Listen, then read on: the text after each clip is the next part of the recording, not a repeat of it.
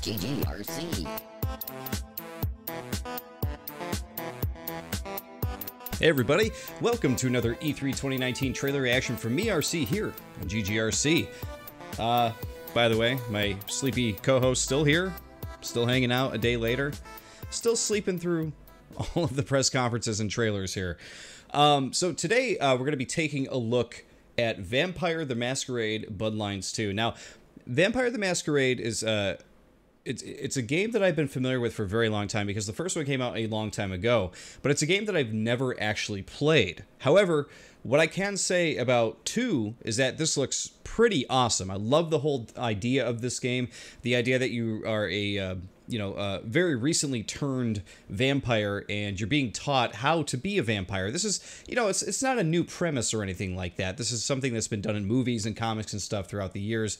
I'm sure there's other games that have done this kind of thing, but this looks like a fully realized idea here. It looks like it's really coming along very well. You're being taught the rules, almost like Fight Club, if you guys remember that book or movie. You're being taught at the beginning. Basically, it's like, the only rule about Vampire Club is you don't talk about Vampire Club. It's that kind of thing. So let's jump into it here, and I'll show you why I'm digging it.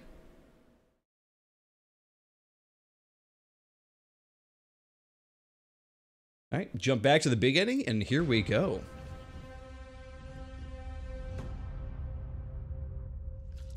So of course it says this is pre-alpha gameplay footage, but they do show gameplay footage, which is a big thumbs up for me.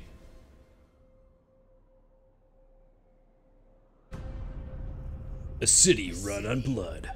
We're all fighting over scraps here. I've seen it raised by fire, shaken by quakes. Whatever you do in my city, I will hear about it. Seattle is firmly under my control. You're obviously new to this whole existence, but truth is, most of you types won't even make it a whole year. So you probably figured out that you need to drink blood. You can't just do whatever you want. Cities are carved up by political factions. Never tell anyone about what you are. See, vampires are extremely territorial. Unwittingly poach in someone's territory and suddenly whip! We have one rule. You don't break the masquerade. So there you go. Don't talk about Vampire Club. But you can see all these cool abilities you get to use throughout the game. You can see people's heart and circulatory system in their bodies, which is pretty sweet. You got these crazy abilities where you can, lift people in the air. First day of the rest of your death. Having fun yet? First day of the rest of your death. You could swarm people with bats and stuff like that. Very cool. So according to this, you'll see it pop up in a second here, but you're going to get texts from people where you can meet them up and do different quests, it seems like. I'm happy to see you accepted my invitation. All I need you to do is to find a... Of course, hot vampire ladies, who doesn't like that? He's in hiding. But the Nosferatu most likely know where he is. Once you find Slug, all you have to do is purchase some information off of him.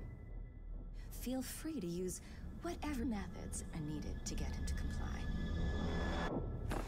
There you go, you're off on your first quest. I assume your handlers have sent you to find our smelly friend. You can find Slug under the freeway, in a place the locals call the jungle. He's smart enough to hide among the homeless down there, but not quite smart enough to do it well. So I thought that this was very clever, actually. They basically send you into the underground here, these sewers, and they do a sort of like abridged, very quickly, condensed version of a quest. I don't know you. That's a good start. Slug is a coward, but he survived this long on his own, so he's bound to be a handful. So let's go after Slug. It's like, well, he got through here somehow. We gotta get through this gate. Oh, we got a shotgun. Not the only one you'll And a need bat. to look out for.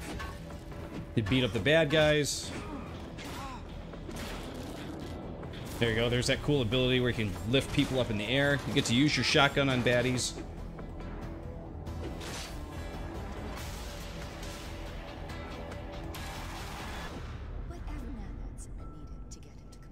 let you keep anything you've been promised. Just let me go. Come on. Just let me leave. And of course, you're going to have these different decisions to make too, which I'm assuming will impact what happens later in the game.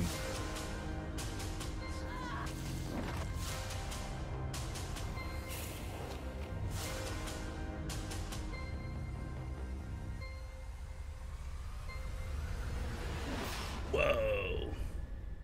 Pretty wild.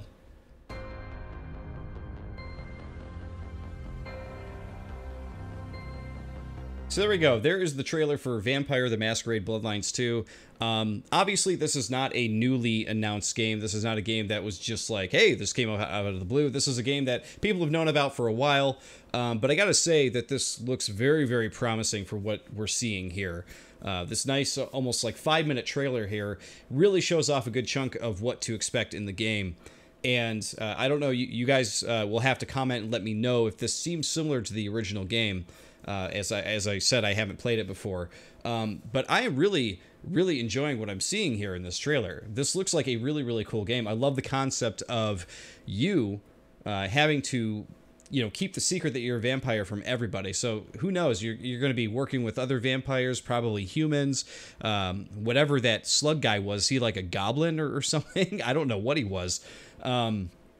But I love the idea that you're sort of like going in, keeping secrets, having these dialogues with people and trying to figure your way out, or not way out, but your way through the city, the way to survive and that kind of stuff. It takes place in Seattle. I don't know if I mentioned that. They mentioned it a couple times in the trailer, but I think that's a pretty cool place for the vampire stuff to take place too, because Seattle's got that sort of like gloomy, rainy type of feel to it, so it seems like the perfect place to have a vampire story. But regardless, for what I've seen here, this looks really, really fun and it looks really promising. So I'm looking forward to seeing more on Vampire the Masquerade Bloodlines 2. So there you go, guys. I'll see you all in the next trailer reaction.